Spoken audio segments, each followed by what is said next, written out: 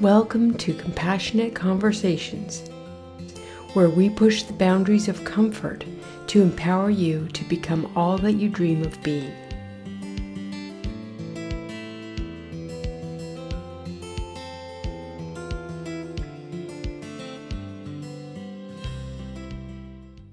Hi everyone, I'm Esther Kane, Canadian psychotherapist and author.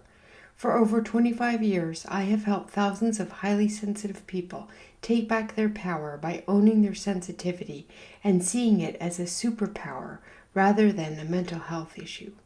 To my great delight, I get to bear witness to these incredible transformations every day. For more information on the highly sensitive personality, please visit this page on my website to learn more, as well as how to assess whether you or a loved one is an HSP. If you are a highly sensitive person, you have probably struggled for most of your life believing that you were deeply flawed and didn't fit in. This can lead to internalized shame and self-blame about not being like most of the people around you. You are not alone. At least 20% of other humans across the globe have experienced that too, including me. The video you are about to watch is part of a series of interviews featuring some of my favorite highly sensitive people, or HSPs. We will take a deep dive into what it's like to be an HSP in a non-HSP world, as well as sharing tricks and tools that we've learned to accept our sensitivity and flourish in all areas of our lives. We hope you find these as helpful and life-changing as we do. The goal of this series is to emancipate, uplift, and empower highly sensitive people the world over. Join me and some other HSPs in this unique series in order to see that there are others just like you who experience the world in similar ways and have learned to navigate it powerfully and peacefully. I am thrilled to be following up the episode where I interviewed my husband Nathaniel about being a highly sensitive man, with an author who has written 2 books about highly sensitive men and happens to be a highly sensitive man himself. After a 30-year career as an IT manager, William Allen quit his job to found a hypno-coaching and neurofeedback brain training business. In 2016, he began his blog, The Sensitive Man, about his experiences as a highly sensitive man. The blog became the genesis of his book, Confessions of a Sensitive Man. He feels that HSP males need to take their keen insights and intuition and make them public. He would like to shed more light on highly sensitive males and the much needed role they need to take in our society. Welcome, William. Thank you, Esther. Glad to be here with you. Yeah, it's so wonderful. And I just want to let everybody know I'll have all your contact information and your book information in the show notes. You've also, written another great book about sensitive men. So that will all be there.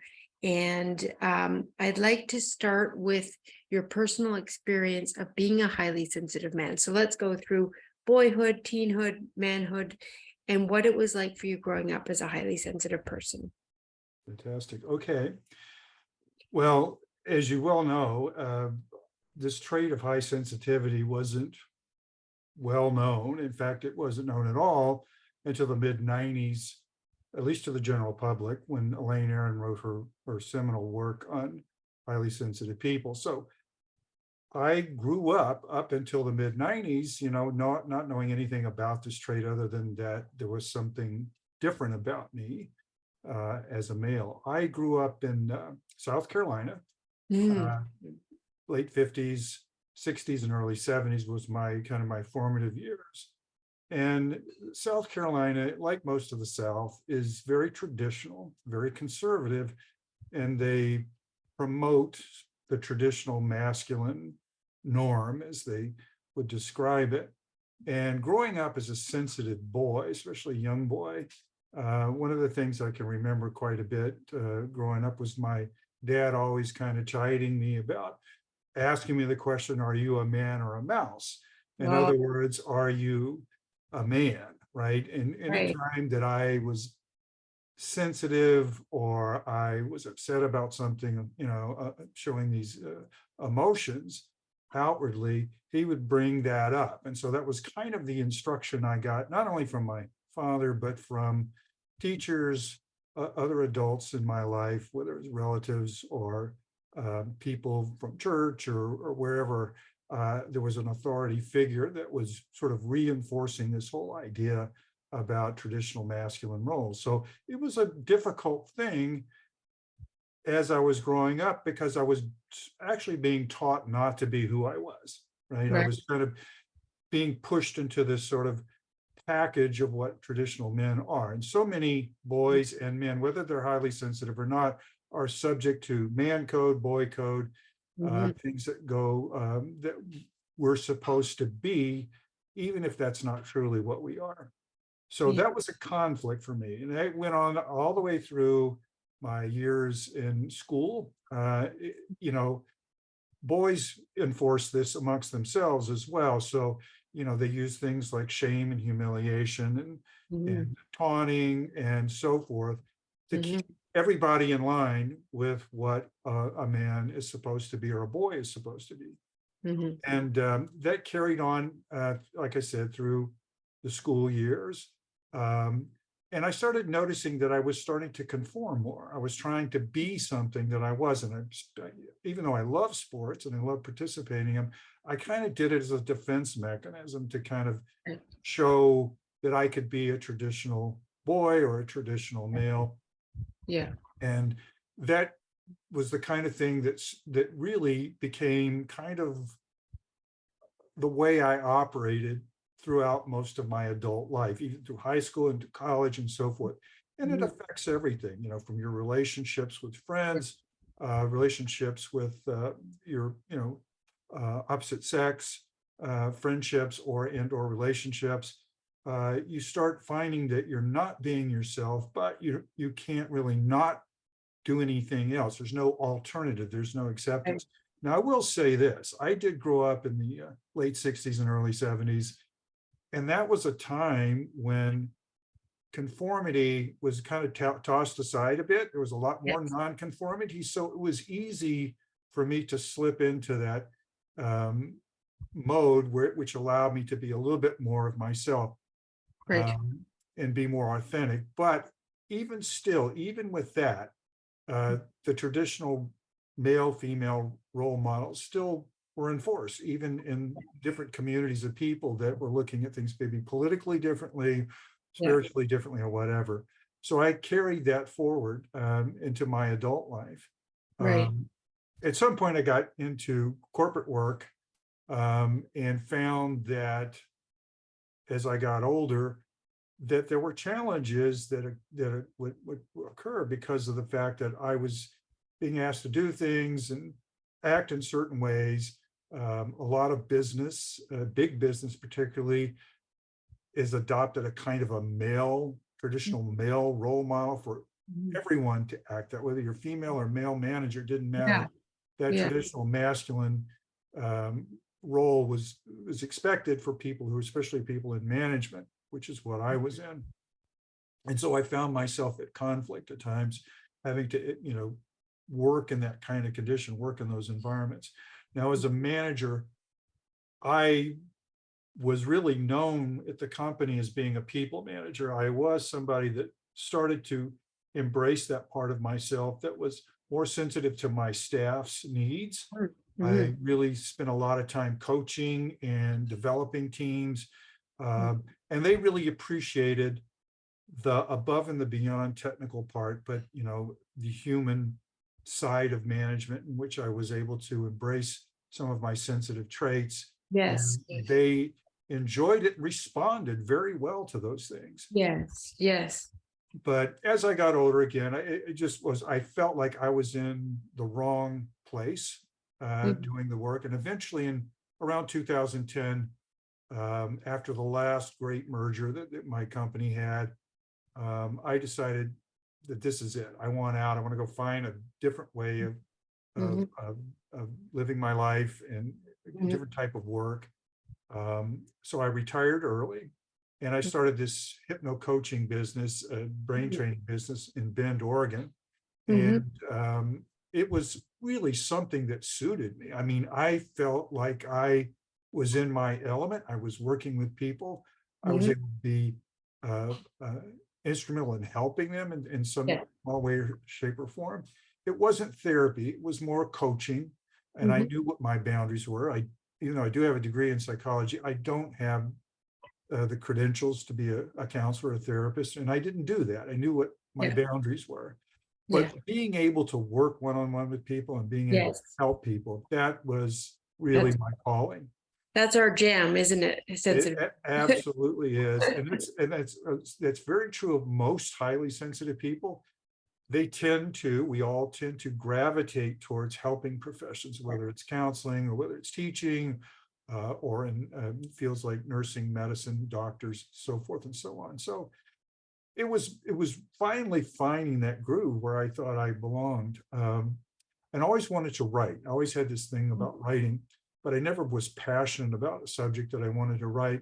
Mhm. In the mid 2000s, I picked up Dr. Aaron's book and I read it, Mhm. and it resonated with me. It was just like Yeah. this Life changing. dream. That changed, that turned my head upside down, my life upside.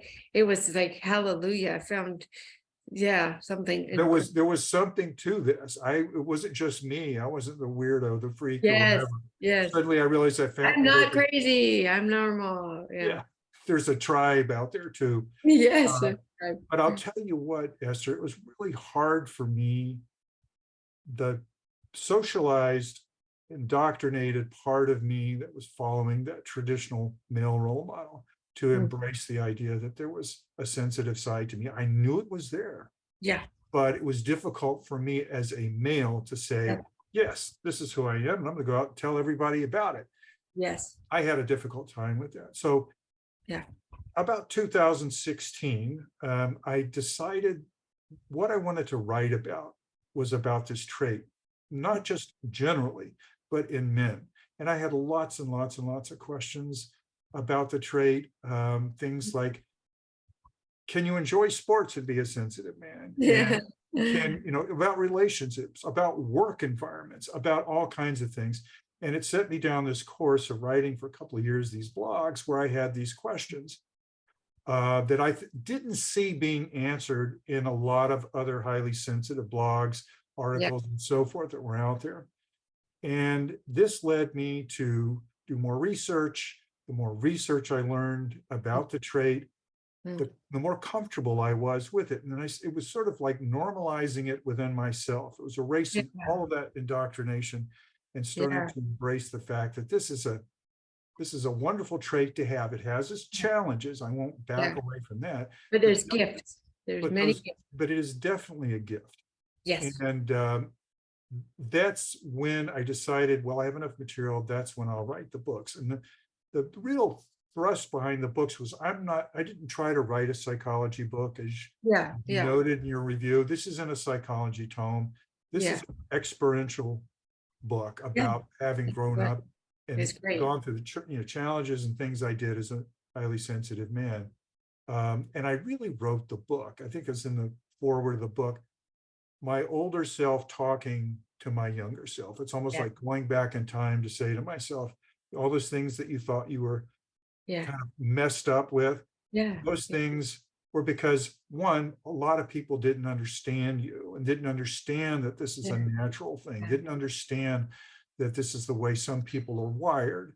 Yeah. And if they had known more about it, then perhaps their Yeah. relationship with you would have been totally different. You would have been dealt with differently as a young child as well. Yeah. And It's that's the really sort of kind of, self-parenting, isn't it?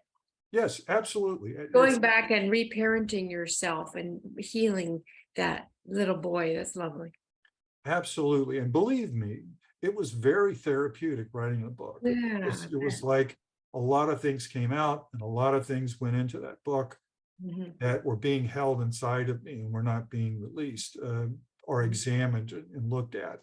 Mhm. And so that's where I got to where I am now. I wrote the second book. Actually, I wrote both books about the same time. It was just, I decided to split them into two different books. The second book is more about the things that I've learned and tips and techniques and tricks that I had learned over the years.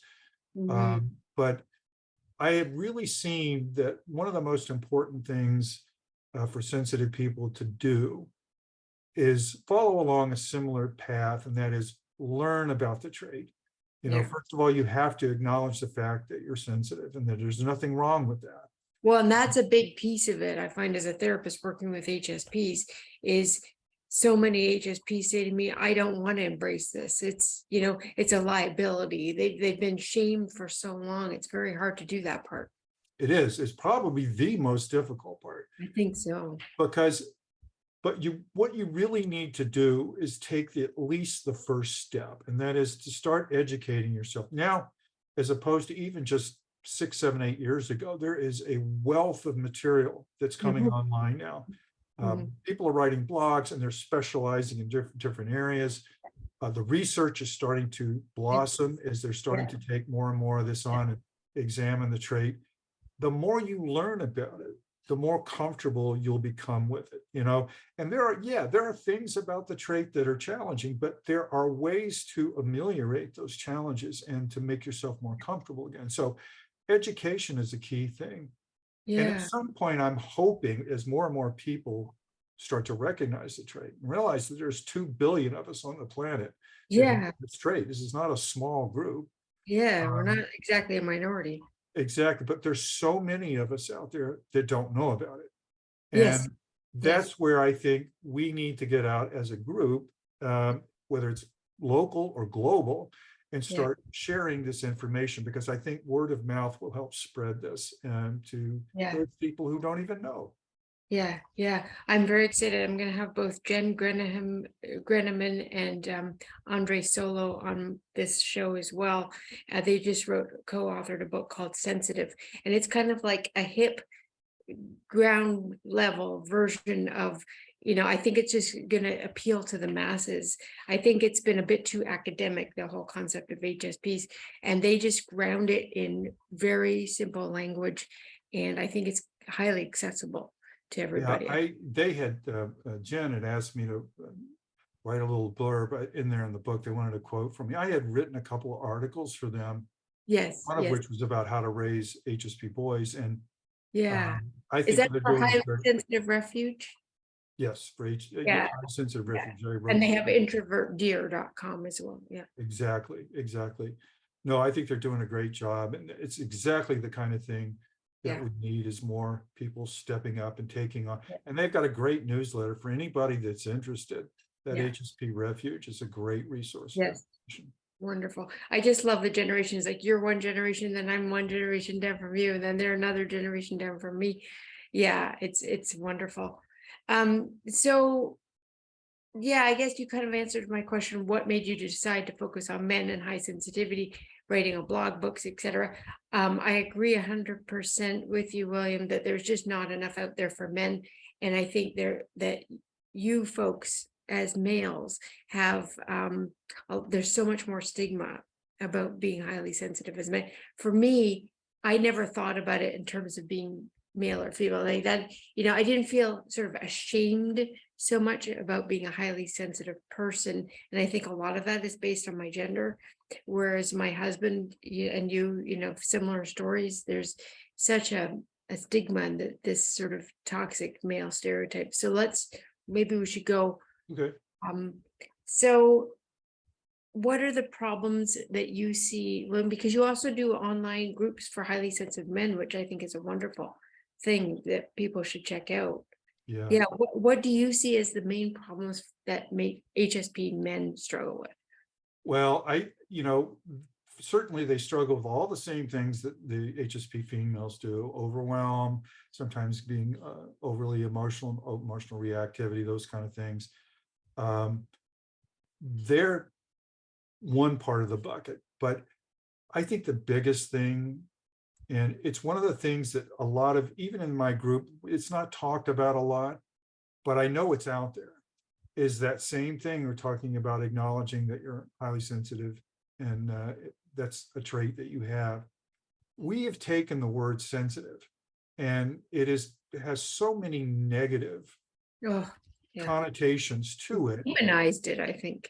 Yeah, it's you're frail, you're weak, Yeah. And for men, a lot of times they hear that it's an effeminate quality. Yeah. So they Yeah. see it as being something that, well, wait a minute, I don't want to give up my manhood in order to accept the idea that I'm sensitive.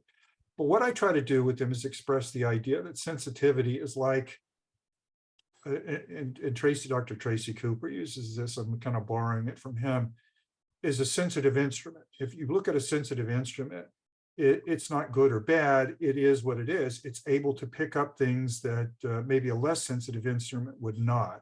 And that's kind of where we are. We are nature's creatures that are, and of course, Dr. Aaron talks about this evolutionarily, is Yeah. that we're baked into the human population because of our keen skills at sensing the subtle in the environment, We sensing keep things. people safe. We keep the world safe because we're on high alert and we can sense danger. And yeah. We're the canary in the coal mine. We're the ones who will know, we will know when something's wrong, probably long before everybody else does. Yes. It's that ability that we have to be sensitive, and this is where another definition, the one we should be using more to describe this trait, is that ability to sense those things. And it is a sensory processing sensitivity, which is the technical term. Yeah. That makes it what it is. That's the gist of this, is the sensitivity. But back to your question, that's one of the things I think men struggle with, is that masculinity thing. And they also think, because we're highly aware creatures, aware of ourselves, aware of our feelings and so forth. I think there's a, kind of a friction between being authentic and not being authentic. By not allowing ourselves to be the sensitive people that we are. There is that sort of an abandonment almost of not being the authentic person that we are, knowing we are and not being able to express it. So that has to cause a lot of angst and anxiety with men, because they're not able to do that. So, and what happens is we wind up living a kind of a hybrid life. They live this life of being on the outside and with buddies and friends, sort of masculine stereotype, right? Yeah. And on the inside, they're not that way. So when they go home, maybe they're more authentic, maybe they're more themselves, but there's still that, why can't I be who I am in the real world? Why do I have to come home to do that? So I think that's probably one of the biggest problems that highly sensitive men have. And I know that I think it's really, when you talked about the men's group, we talk about a lot of different issues, whether it's work or leadership skills or what the world needs right now or that kind of thing. But a lot of men come in there, and the subtext is all about that, almost like permission, asking permission to be a man and still be sensitive. And that's the thing we need to get comfortable with. And I think if sensitive men particularly, were like that, they'd be a lot happier, obviously, and be able to be more and utilize their skills and their gifts in a much better way. Yeah.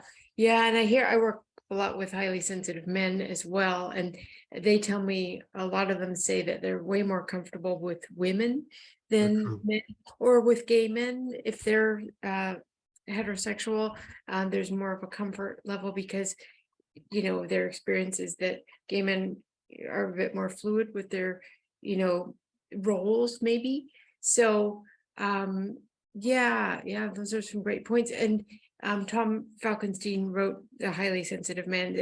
He's a therapist. It's more of an academic treatise on highly sensitive men, but he talks a lot about toxic masculinity. So I want to, hone in on your definition of toxic masculinity, because you do talk about it a lot in the book. Yes.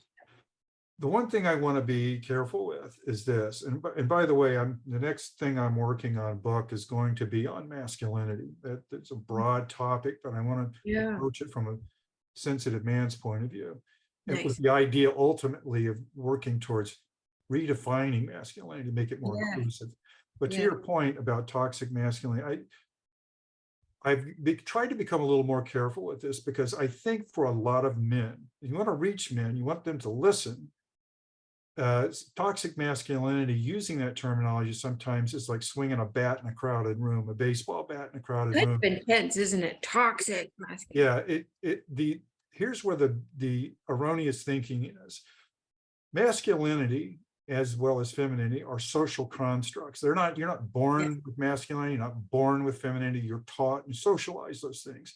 Those things can be changed. They can be re-engineered. They can be redesigned. Yeah. They're like a coat that you wear or a costume you would wear if you were an actor, right? And men put that costume on every day and they go out to the world. So masculinity is one thing. And I'm trying to separate masculinity from being a male, okay? So that men understand you put that coat on every day, but that's not you, okay? That doesn't have to be you. You adopt it, the whatever characteristics and so forth. Toxic masculinity, so you've got masculinity over there. Toxicity is like poison. It's noxious. It's something that is, in my opinion, is a corruption of what masculinity can be. Yeah. The elements of privilege, of oppression, of privilege and dominance and so forth, those are things that were really kind of the hallmarks of toxic masculinity, probably vestiges of patriarchal masculinity that have come down through the centuries. But the idea is that it's this idea that you can pretty much do and take whatever you want because you're a male, right? And that is the thing. A lot of people are affected by this: women, children, people of color, LGBTQ plus people. But the people that are affected by this, probably that don't get the attention, is the fact that it's toxic to men too.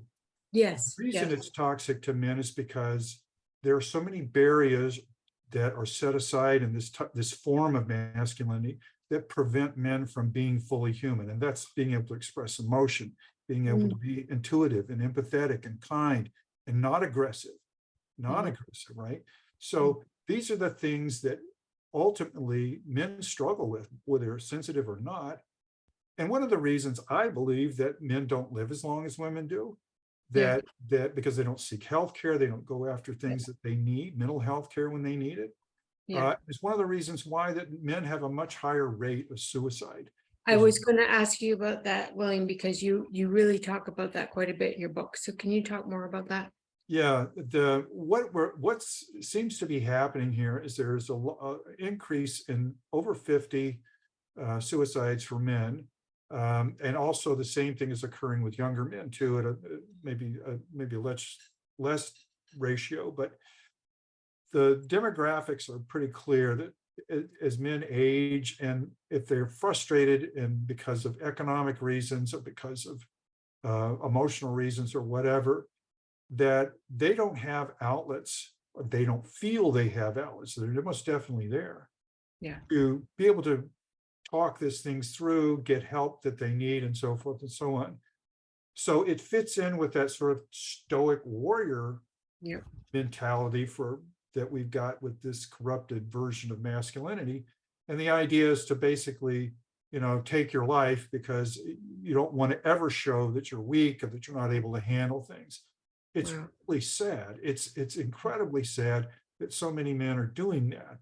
And in a lot of ways, there are suicides that are taking place that are not actual suicides, but they're sort of a man sets himself up because he doesn't get the mental health care he needs. He doesn't get the physical medical care that he needs for whatever disease may be. Ultimately, he's killing himself in the long term anyway, or engaging in behaviors, alcoholism, violence. Slower ways, perhaps, of killing him. Of releasing that. That emotion that gets suppressed is going to come out somewhere. And very often, if it doesn't come out in healthy ways, it comes out in very unhealthy ones. Yes. Yeah. Wow. Oh, it just makes I work with the military quite a lot, and I see a lot of these suicides amongst the male military members, and it breaks my heart. Yeah. And then people say they didn't even know that he was suffering so much, and they're just flabbergasted when this happens. And it's so sad. Yeah. It's all because of this adherence to this, I like to call it a stoic warrior mentality, that men are self-sufficient, don't need anything else, don't need anybody else, and can handle any issue. And if they can't, then their manhood comes into question. And that here's the funny thing about that. And I've been doing a lot of research because of this book on masculinity. What I'm finding is that because of the shame, because of the humiliation, that men will do things, even things that are against their best interests. One example in one book was you mentioned the military. A man might march to the front of the line in an attack or something that's going on, knowing full well that he's likely to be killed. But instead of showing what he might think is cowardice by going to the rear or going in another section, he would rather put himself in harm's way than suffer the humiliation, the shame of being called a coward. You know, that's unfortunate. And that's really why I say toxic masculinity. Not only, and I acknowledge all those places where it's manifested itself in the lives of other people. Yeah. But it's also toxic to men. Absolutely. Beautiful. Beautiful. So I wanted to ask you, William, how do highly sensitive men challenge traditional masculine stereotypes just by being themselves? Well, it's pretty obvious that if a highly sensitive man is being who he is, and really truly is, then those kind of characteristics that we have always labeled as feminine, whether it's intuition, whether it's nurturing, empathy, kindness, all these other things that we tend are just sensitivity and emotionality. Those are things that highly sensitive men naturally are inclined to be and do. That is the kind of thing that if we could remove that barrier of having to be the traditional masculine man, and I think a nice way of putting this is saying, look, human beings have this wonderful palette of emotions, feelings, behaviors, capabilities that we all share. And interesting, in one of the books I had just got through reading, it was stating that the true differences between men and women are really very small. Aside from anatomical differences and maybe some hormonal differences in biology, our repertoire of emotions, our repertoire of feelings, our repertoire of behaviors are all drawing from that humanity that we both share. I think we have more in common than we do, differences. And when I was reading, especially Tom Falkenstein's book, The Highly Sensitive Men, I just kept thinking, this applies to me as a highly sensitive woman. Like so much of it, I'd say 80% applied to me as a female. Exactly. And so I think when I talk to men, I like to express the idea that what's happening is forget about this trying to be the traditional guy. Try to be more of a human being. And that's a complete human being, because you've been given all these capabilities that we are somehow, somewhere in history gone by, it was bucketed into males and females. Yeah. And it's really unfortunate because, I think about this every time I watch a sporting event. If somebody is lost the game or whatever it may be, and it's a male and tears are rolling down their eye, I'm thinking, okay, now this person is showing their humanity, right? They're sad, and that's okay. Men are not supposed to show that. Men are not supposed to show sadness or grief or things like that. But those are all human traits. So if we can sort of get highly sensitive men comfortable with the idea that you can be who you are and be more fully human, you just happen to be a male who's a human being and you're expressing your humanity. That's the key thing. And I think what's happening, especially a lot with the younger generations, who I applaud, who are embracing the idea of gender fluidity or gender roles are changing for them. They're embracing this notion that you're not going to lock me into one place. I'm going to be who I am. You've sort of spoken to this, William, but if there's anything more you can say about how HSP men can help redefine what masculinity is, like how do they do that? Where do we go from? I honestly think that one of the things that we're going to do, we're not going to force anything, but I think modeling, but by being ourselves, be authentic, be comfortable with being who you are and showing emotion, showing feelings, using intuition and not thinking it's something that's magical and new agey. It's not. Intuition is something that we all have, and it's a combination of a lot of things that are grounded in neuroscience. It's not Yeah. something that is something that woo-woo that you would think, oh, that's just something women do, right? Yeah. No, it's very much part of that.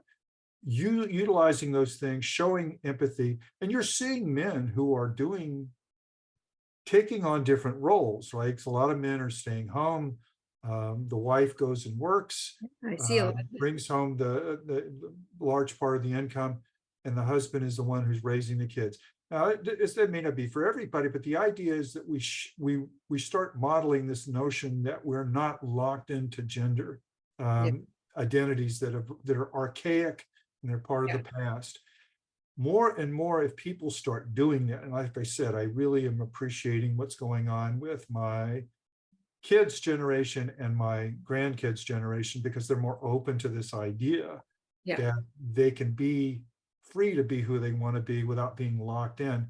The more we model this kind of thing, which I think is the biggest thing, and we talk about it too, write about it, converse about it.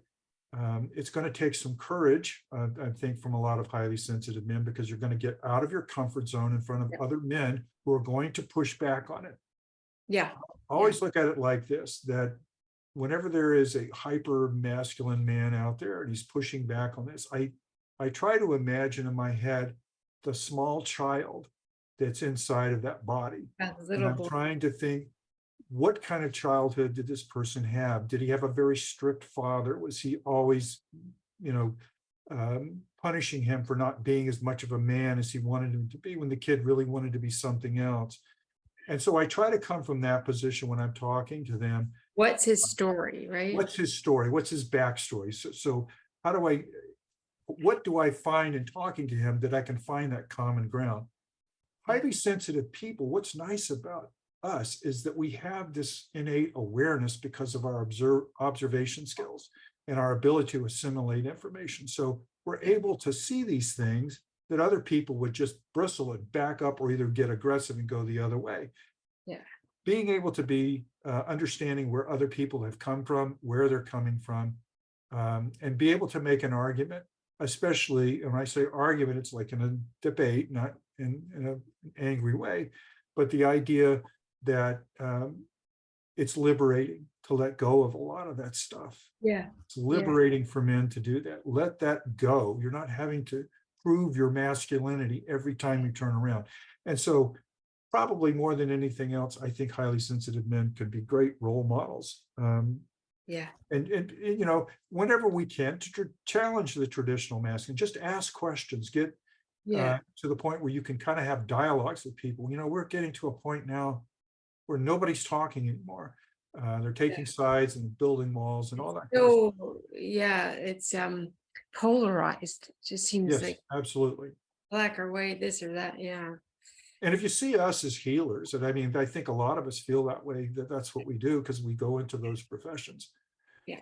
We all have the basic bones to do that. I think I think we live in the gray. Would you say, William? Like we're in the middle. We can see both sides. Absolutely. With the whole COVID thing, I could see both sides equally. And I was just trying so hard to find this common ground in the middle ground and make sense of it. Because when people are afraid, basically, when they contract, they get really small and then they get very reactive, So I think HSPs, we aren't so reactive. We're more thoughtful and we take the time to reflect and feel into things more and kind of can then use the cognitive brain, the big brain, instead of being hijacked by our limbic system.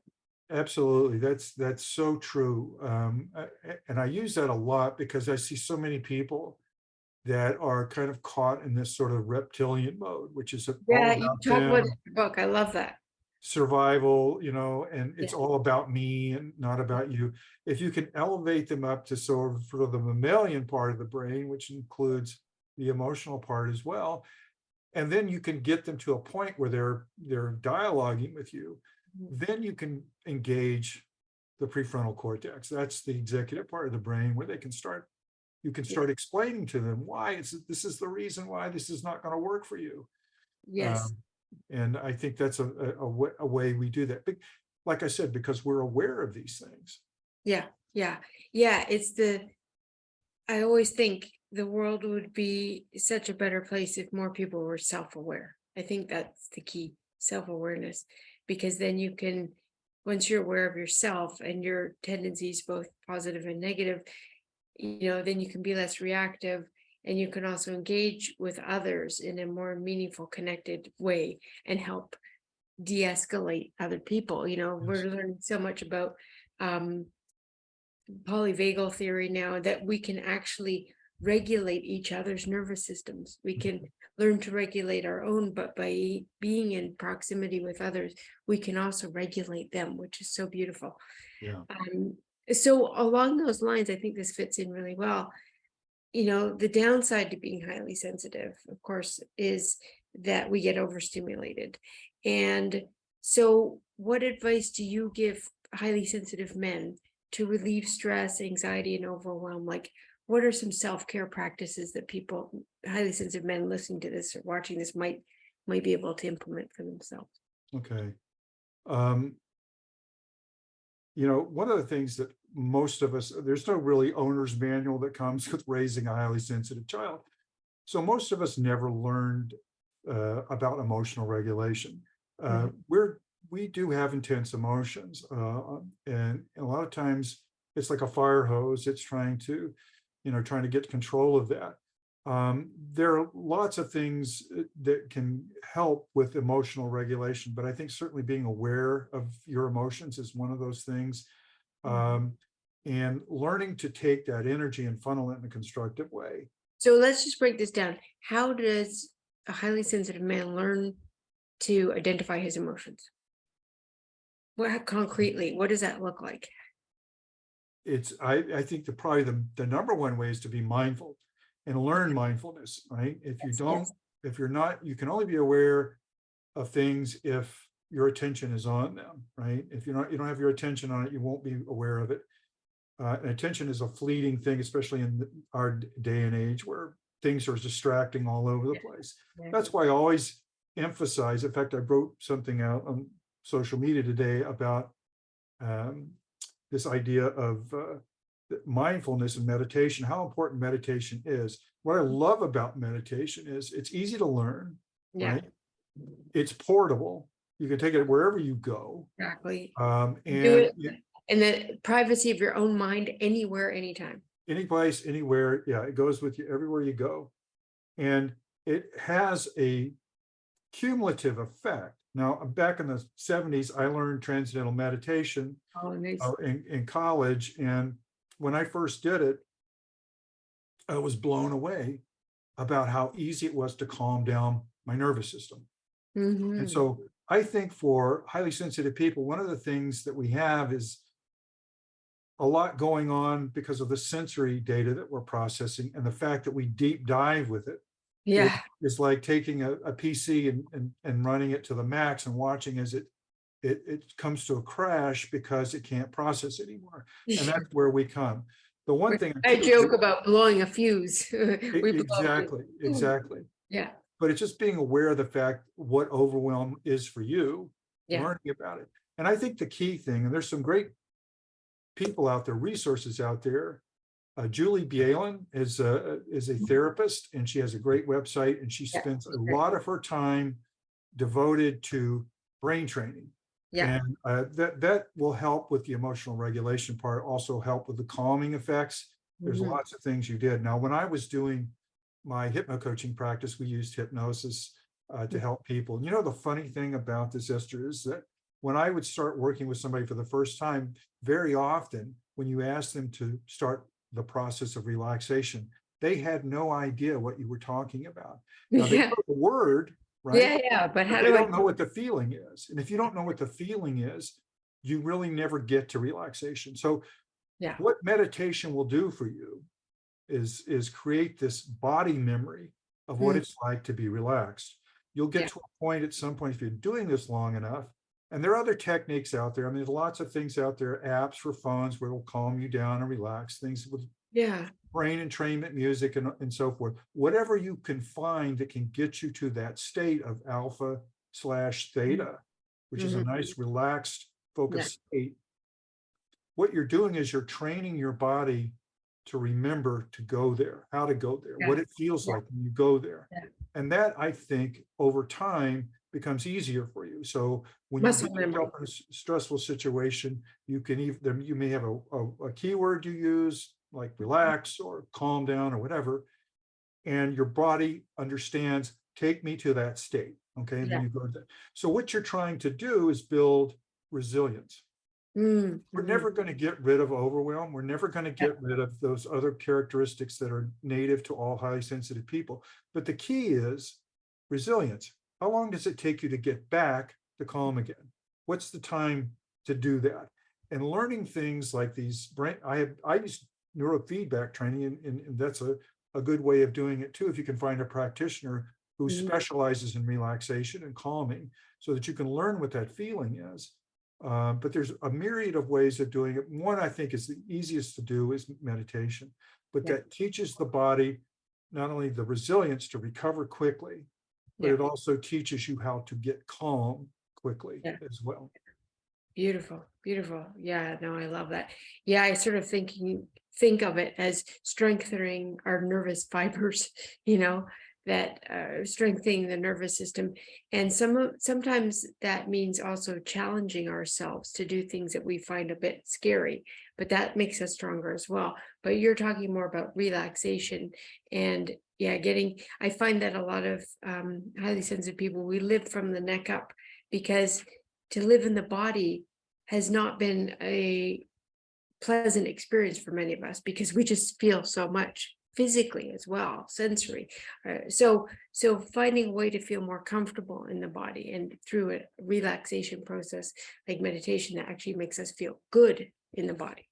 Right. Yeah. And I think ultimately what you want to do is get back to the point where you can operate in a comfortable place again. In other words, overwhelm takes us to this place where we're being washed over by this great wave of whatever it is that's going on in our lives. Yeah. And there's a tendency for a lot of people when they feel that wave, it's like people who, for the first time, stick their head underwater and try Yeah. to swim, is the idea that there's a panic that takes place because you're in a completely Yeah. alien environment. The idea is getting it back to the point where you know, I have some control over this as well. I can Yeah. bring myself back to a state of calm. Yeah. This is the whole point of doing the meditation or being out in nature, whatever it is that gives you the calm feeling, Yeah. to be able to restore yourself back to that place. Yes. Wonderful. I'd like to end with one last question because thinking about the future and the legacy for, future highly sensitive males, boys, teens and adults. What can we do? I know this is a big passion for you in your work. What can we do as a culture to help highly sensitive boys Okay. to feel good about themselves, to embrace themselves, and to not hurt themselves in whatever way? Yeah, it's incredibly important. It always starts at the beginning of life, right? Mhm. Um, Boys are socialized to be masculine in the traditional way from infancy, even at um, the time when they're just laying in a crib, helpless. Uh, Studies have shown that parents react differently to a crying boy than they do to a crying girl, and that starts at that point. So I had written an article, speaking of highly sensitive refuge, about 9 points that I wanted to describe to the audience, their audience, about what you should do with highly sensitive boys. It was kind of written as these are things you shouldn't do, but I'm going to reverse it and say these are things you should do. Okay. Excellent. Number one is don't try to normalize your highly sensitive boy. In other words, he's never going to be a traditional male, even though we all have tried. You're really putting them in a place where you're saying there's something wrong with you. You need to be something else instead. So normalizing them to what we call traditional boys or traditional male behavior is not a wise thing to do. I think it's part of the process of acknowledging that they do have a difference and it's okay to be that way. Another thing is, as we were talking about, you can start teaching about emotional regulation when they're very young. You don't have to get into the complexity of it. You just need to show them sort of nuts and bolts things they can do. And it might be, come in, let's go sit in your room for a while. You need to quiet down and whatever. Right. It's not a timeout. It's not a punishment. It's the Yeah. idea that you deserve this time, that it's okay for you to be away. All right. Yeah. And to sit down and help control your feelings. So in a way, William, are you sort of saying that you're helping them to learn that they need to be alone in order to recharge their batteries? It is a way they can be Yeah. that way. For a lot of highly sensitive people as adults, and many adults I talk to, it is a go-to, right? When I Yeah. get out in nature, be alone, or I'll Yeah. go in my room, Yeah. and create a positive environment for that too. Don't say, okay, here, go in the room, close the door and shut the lights off and so let them sit there. The idea is that you're teaching them that there's something they can do. They've got this explosive run of emotion, maybe they're feeling right now, and they're scared. They don't know what to do with it. Yeah. And a lot of times kids, react in a way that they feel like they're out of control because they don't know what to do with it. Most of us never learn that. Even non-sensitive or less sensitive people don't learn this emotional regulation, but it's really good, I think, to be able to start teaching that. There are great books. Dr. Aaron has written some wonderful books on raising kids that are highly sensitive. Ted Zeff, the late Dr. Ted Zeff, wrote a great book on raising boys that are HSPs. They would be my go-to sources if I were going to go look for how to do this. The other thing you mentioned a minute ago is I think it's important to not sequester highly sensitive children, boys or girls, and not let them sort of get out of the box a little bit. I think what I call this gentle challenges. We need to be able to gently challenge them. It isn't the same as going to the deep end of the pool and throwing them in and see if they'll sink or swim. Yeah. That's not a challenge. That's almost a threat. So what I would say is, we all have our kind of comfort zone. The idea is you don't necessarily have to rip them out of their comfort zone and dump them out into a cold world. What you can do is help show them how they can push their comfort zone to include new experiences.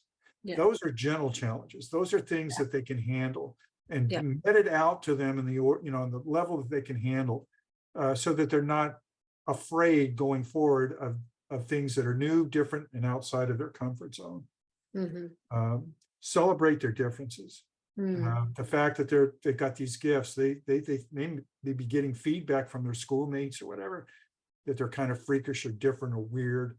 Yeah. Let them know that these are gifts. These are something to be proud of. And I think we should celebrate those differences with them. And understand the unique gifts that they have. That's, you turn it around and say, this is not something weird. This is something great. Yeah. Whatever metaphor you want to use, whether it's something from a movie or something like that, where you've got these special powers and that kind of stuff. But just let them understand that these are unique gifts that they have. They're not liabilities. Obviously, you need to be emotionally supportive of your children. Studies have showed over and over again, highly sensitive people that are raised in supportive environments, They thrive. they not only do well, they exceed even people who are non-highly sensitive, getting the same kind of love and attention and support. Highly sensitive people, this is what we need. We really need this to thrive. And so giving them that emotional support and nurturing is not just a nice thing to do. It's really kind of vital to them to thrive. As for boys, don't question their masculinity. Don't do that man or mouse or man up or that stuff. If they want to do something a little off than the traditional masculine thing, as long as it's something that's not going to harm them, I think let them explore. Don't make it a matter of, are you a man or not, because they're doing something that's a little different, okay? Because you got to give them the room to explore. And that's something highly sensitive people do. They're very curious. We're all curious, and we like to grow and learn about new things. Whatever the case is, don't ever label HSP as a disorder. You can feel that's a disorder, because it's not. It's perfectly normal. And the more we get the word out, it'll become more normalized. And the last thing is make sure you give them space. Once they get used to the idea, I've got to go to my room for a while, let them have it. Don't say you got to stay out here. So this is really true for parents who are not highly sensitive, who have a highly sensitive child, they may be thinking what you need to be is out with your friends and out in Yeah, social and all this stuff, when your kid really needs to be alone. So yeah, make sure you give them their space. I think those kind of framework things that you can do that will help your child thrive and grow as a highly sensitive boy. beautiful. And to end with, William, I just want to ask you, just to, in terms of your reparenting, if you were to go back and think about the little boy that you were and how you were so misunderstood, what would you say to him now? Knowing what you know now and who you've become. Yeah, I've thought about that a lot of times.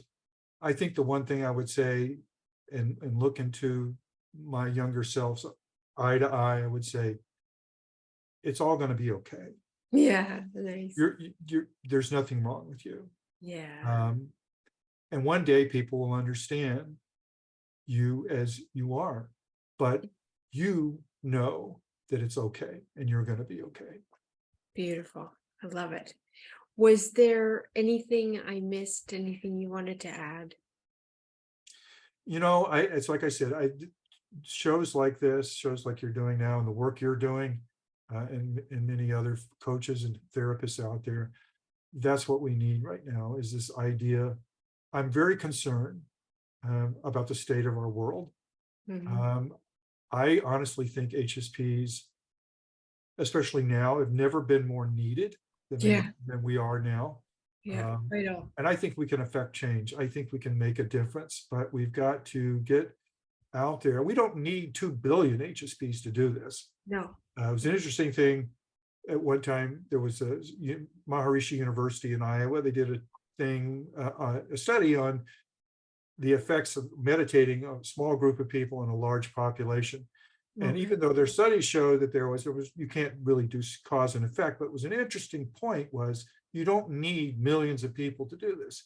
Yeah. Small percentage of highly sensitive people who are effective and get out in the world and help show the way a little bit, I think can make a difference. Yeah, beautiful.